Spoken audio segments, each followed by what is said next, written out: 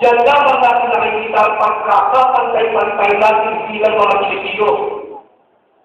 Ang boto ng pinakamahirap, ang boto ng pinakatuwa, at ang boto ng pinakamayaman, pag binilang, isang beses lamang. Ang boto ng kapustalan at ang boto ng pinakamakapangyarihan, pag binilang, isang beses lamang. Pantay-pantay. Kaya napakahalaga ng isang halalan. Itong aming kasundaling mag-ama, ang tawag ko nga dyan ay si Haring Puti at si Prinsipe Pundilyo. At yung Prinsipe daming nakakaangkla yun sa pundilyo ng kanyang ama sa politika. Hindi naman magwawag yun. Laglalit kung hindi dahil sa kanyang ama. Ang boto ng aming mga katunggali rito at ang boto ni Villacena, ni Sakilayan, ni Gabrielino, at lahat ng bumubuo ng tinsaki, pagbibilang, isang beses po lamang, pantay-pantay. Meron lang niyang pagkakaiba.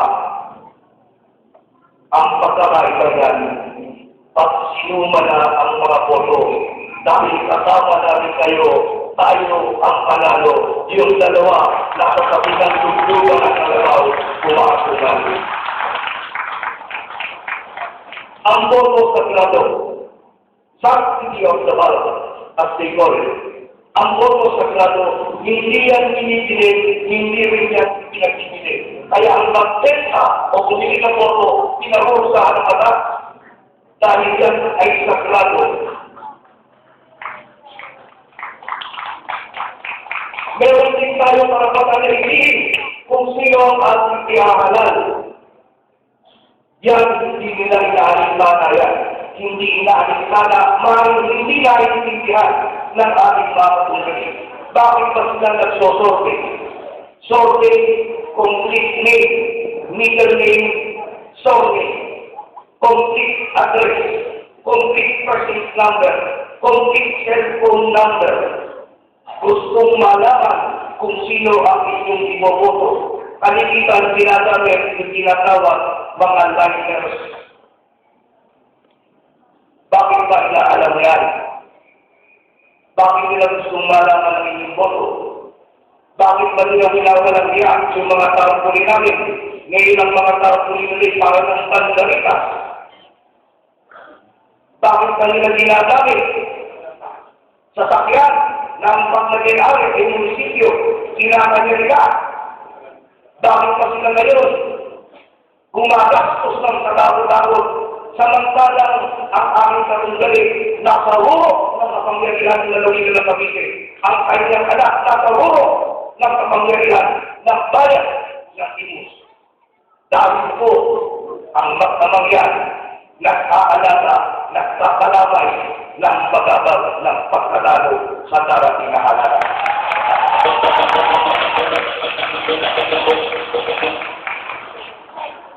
Kongreso, yan ang nilawang laganan ni Sita Tesa. Kongreso, bayan ng Imus, isang distrito. Ang buong dalawin na Cavite, bayan po ay piniyak na sa 7 distrito. Bayan ng Imus, 3 distrito. Pero batas na pinagpatayon yan, Republic Act number 9727. Ano ba yung Kongreso? Kongreso, isa yan sa tangay ng ating pamahalaan. Kongreso, pinag-uusapan dyan, batas. Anong mga batas ang dapat panukala? Anong mga batas ang dapat susugat? Anong mga batas ang dapat amyendahin? Anong mga batas ang dapat pagwalain? Dahil wala ng isa, hindi na gumaganap sa kanyang dahilan. Sa madaling salita, pag-usapan ng Kongreso, ang sinag-uusapan dyan, mga batas. At ang labanan nito, representasyon ng bayan ng Imus sa 15 Kongreso ng Republika ng Pilipinas. Ang hamak na abogado na si Villacena lamang po. Siya lamang ang pupuntangin abogadong kandidato at wala na iba.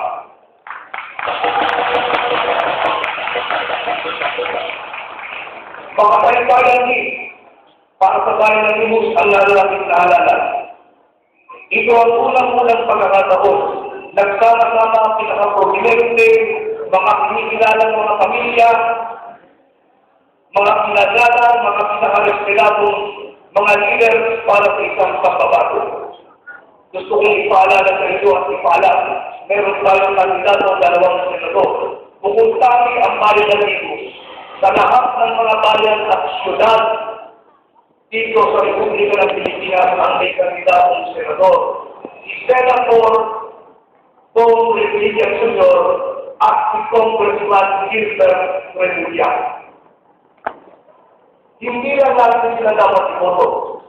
Dapat maging at magiging natin sila ito ng panya sa ating kapamilya, kaibigan, kamag-anak at lahat ng mga kakilala.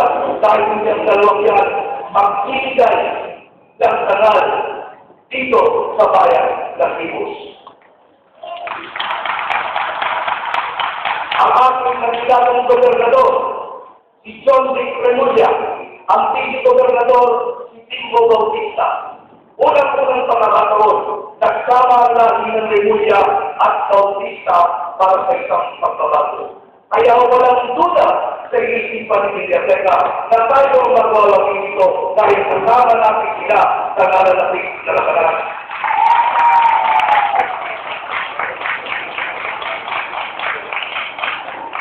Pagpipilya na ang inyong kongresista pagkatapos ng halalan, magtatrabaho po siya para magkaroon tayo nito ng sarili natin pagpublikong ospital.